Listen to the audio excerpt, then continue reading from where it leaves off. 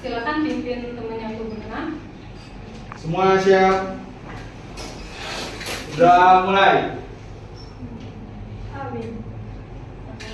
Selesai?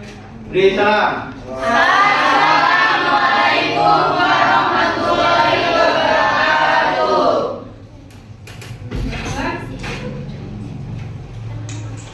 Di sini ada yang pada tahu nggak apa yang akan kita pelajari pada hari ini? Sebelumnya ada yang tahu nggak apa itu indeks harga dan inflasi? Belum.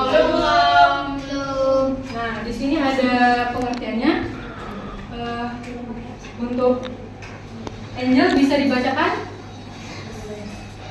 Indeks harga. Indeks harga adalah suatu ukuran statistik yang digunakan untuk mengukur perubahan rata-rata harga sekelompok barang dan jasa tertentu dalam periode waktu tertentu dibandingkan dengan periode sebelumnya.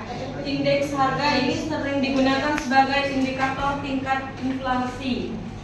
Inflasi adalah kondisi di mana terjadinya kenaikan harga secara umum dan terus-menerus pada sebagian besar barang dan jasa dalam suatu perekonomian selama periode waktu tertentu. Inflasi yang tinggi dapat menyebabkan penurunan daya beli masyarakat, ketidakstabilan ekonomi, dan berbagai masalah sosial lainnya.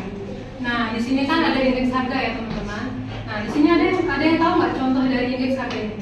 Tidak. Nah, jadi indeks harga ini digambarnya seperti termometer ya teman-teman. Dia dapat mengukur panas atau dinginnya perekonomian di Indonesia. Terus dapat dikatakan indeks harga ini beri gambaran untuk tahu kondisi ekonomi di Indonesia dan dapat membantu kita dalam mengatur keuangan pribadi pada kehidupan sehari-hari. Terus selanjutnya ada inflasi. Ada yang tahu nggak contoh inflasi ini apa saja?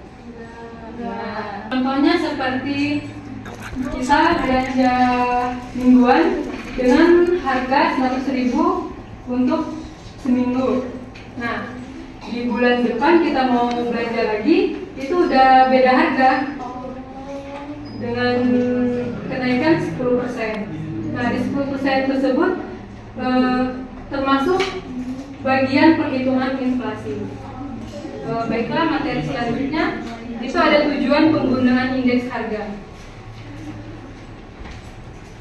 Indeks harga mengukur tingkat inflasi. Indeks harga digunakan sebagai alat utama untuk mengukur tingkat inflasi. Dengan mengetahui tingkat inflasi, pemerintah dan pelaku ekonomi dapat mengambil kebijakan yang tepat untuk menjaga stabilitas ekonomi.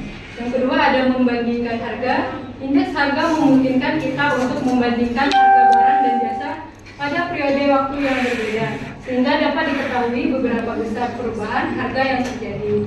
Yang ketiga ada menyusun kebijakan ekonomi.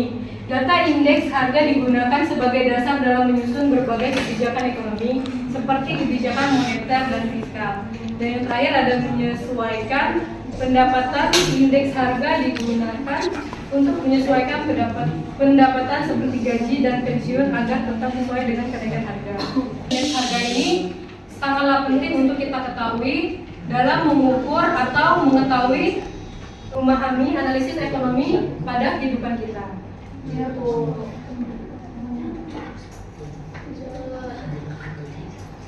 Nah, di sini teman-teman tolong membacakan di jenis-jenis indeks harga. Ada yang bisa baca? Saya, Bu. Oke, silakan. Yang pertama ada indeks harga konsumen atau IHK. Yang kedua ada indeks harga produsen atau IHP. Yang ketiga ada indeks harga impor. Dan terakhir ada indeks harga ekspor. Indeks harga konsumen contohnya itu apa aja? Tidak. Kita ngambil salah satunya aja ya. Ya. Indeks harga konsumen ini seperti dalam kehidupan kita sehari-hari, ada kenaikan dalam bahan pangan atau bahan pokok ya. Jadi contoh indeks harga konsumen ini yang dikonsumsi oleh rumah tangga. Itu contohnya seperti makanan, transportasi, minuman, kesehatan, dan lain-lain. Ya. Metode perhitungan indeks harga. Yang pertama, metode last players. Membandingkan harga barang dan jasa pada periode tertentu dengan harga barang dan jasa yang sama pada periode dasar. Menggunakan kuantitas barang pada periode dasar sebagai bobot. Yang kedua ada metode PEST. Membandingkan harga barang dan jasa pada periode tertentu dengan harga barang dan jasa yang sama pada periode dasar. Menggunakan kuantitas. Yang ketiga ada metode Fisher, merupakan rata-rata geometrik dari indeks last players dan parts. Sudah, Bu. Oke, terima kasih untuk Rian. Jadi metode perhitungan indeks harga ini ialah perhitungan indeks harga sebenarnya melibatkan lebih banyak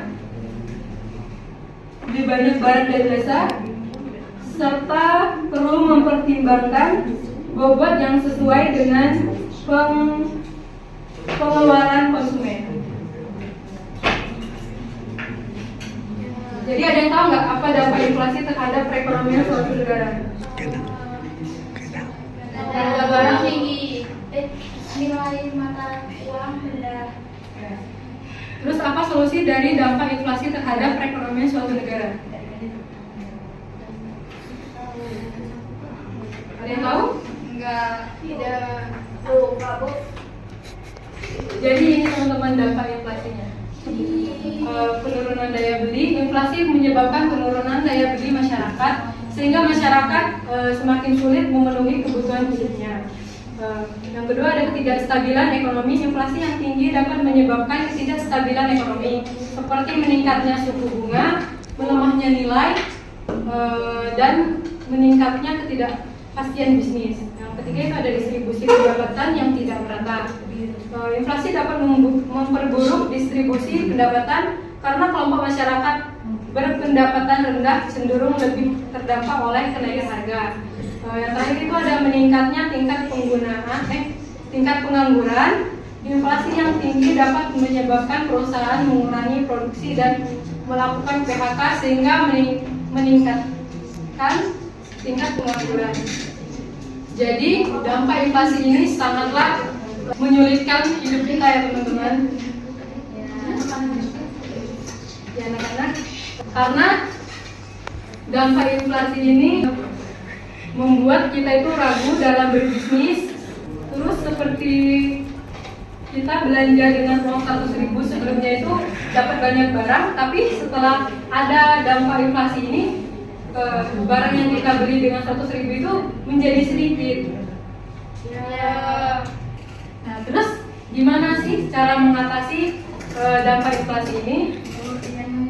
Yaitu caranya kita harus menyesuaikan kebutuhan hidup kita. Nah, jangan bergaya yang tidak sesuai dengan perekonomian.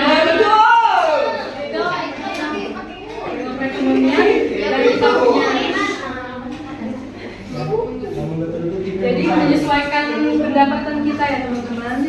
Kalau yang akan itu ya, Bu. Lebih selektif lagi kalau mau beli. Iya, yang dibutuhkan dulu yang dibutuhkan.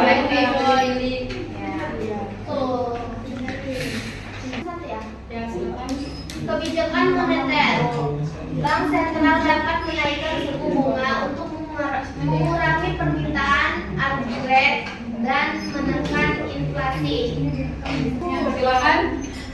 Yang kedua itu ada kebijakan fiskal. Pemerintah dapat mengurangi pengeluaran pemerintah atau meningkatkan pajak untuk mengurangi permintaan agregat. Yang ketiga itu ada kontrol harga. Pemerintah dapat melakukan kontrol harga terhadap barang-barang tertentu untuk mencegah kenaikan harga yang terlalu cepat. Yang keempat itu ada peningkatan produksi. Pemerintah dapat mendorong peningkatan produksi dalam negeri untuk memenuhi kebutuhan masyarakat dan mengurangi ketergantungan pada impor. Yang kelima ada meningkatkan efisiensi. Pemerintah perlu meningkatkan efisiensi dalam berbagai sektor. Kita tuh perlu upaya dari semua pihak. Contohnya seperti pemerintah ya. Nah, pemerintah ini berperan penting untuk mengatasi perekonomian di Indonesia.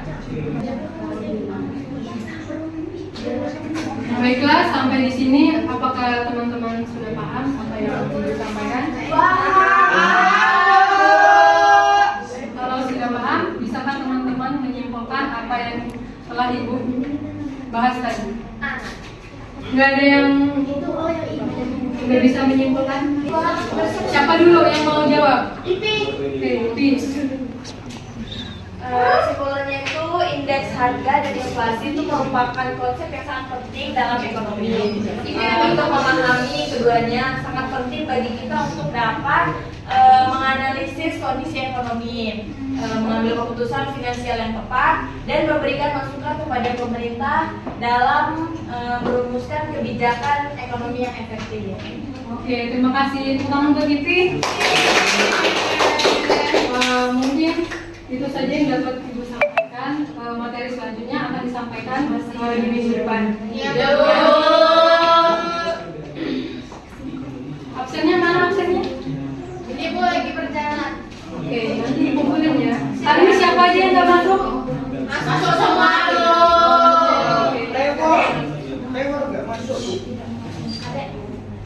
Oke, mungkin sampai situ saja. Kalau ada kurang